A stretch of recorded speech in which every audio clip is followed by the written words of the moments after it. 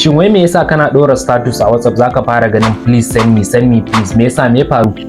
To abokina ka sani ba fa kowa yake son haka ba, domin wani abun bayan ka sanya a status sannan kuma ka zo kake zaka tura mutane da yawa, hakan zai ja maka data sosai, wanda kuma ka san cewa mutane yanzu suna managing datan su ne.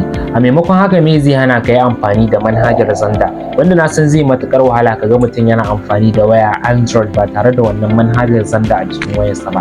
Idan kuma kai baka san yadda zaka yi amfani da manhajar Zanda wajen sauke duk status ɗin da kake so ba, abinda zaka yi shine bayan ka je ka bude status ɗin wannan wanda kake so ka sauke status ɗinsa, sai ka tafi Zandan ka directly. Bayan Zanda ya bude maka sai ka danna alaman social ɗin nan, bayan ya bude maka ga nan inda aka rubuta status a nan saman sai ka taba kansa, sai ka dan jira kaɗan. Bayan ka jira kaga dukkanin status ɗinka ya bude maka ga sunan, to kaga nan dukkanin status ɗin da kake so sai ka sauke. Kun gan su status ɗin da kuma kake so sai ka danna wannan alaman, to kaga ka sauke shi, kenan ya sauka akan wayarka. So jama'a, da fatan kun ji daɗin wannan sabon bidiyon, sannan kar ku manta da yin follow, like da sharing ga sauran 'yan uwanku domin su ma su gani su amfana, sannan kar ku manta da yin following din wannan page nawa. Sai mun haɗu da ku a next video.